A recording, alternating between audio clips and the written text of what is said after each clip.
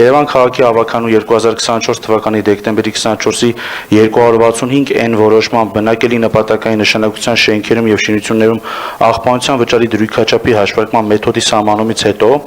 աղբանության վճար վճարողների որոշակի շրջանակի համար առաջացած լրացուցիչ ֆինանսական բեռը մեղմելու նպատակով առաջարկում է սահմանել աղբանության վճարի արտոնություն որոշակի խմբերի անձանց, ինչպես նաեւ ամսական մինչև 10 կՎտ էլեկտրաէներգիա սպառող եւ առավել մեծ մակերեսով, այսինքն միջինացված ցուցանիշը գերազանցող բնակելի նպատակային նշանակության շենքերի եւ շինությունների սեփականատերերի համար մասնավորապես առաջարկվում է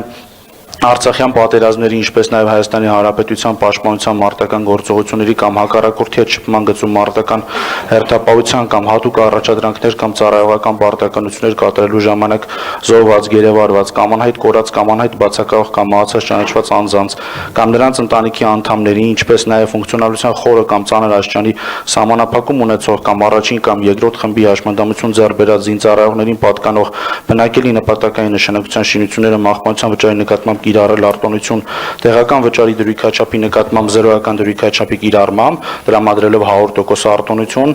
ինչպես նաև պետական նպաստների մասին օրենսդրության իմաստով միայնակ չաշխատող կենսաթոշակառու համարվող անձանց պատկանող բնակելի նպատակային նշանակության շինություններում աղբանության աշխատանքները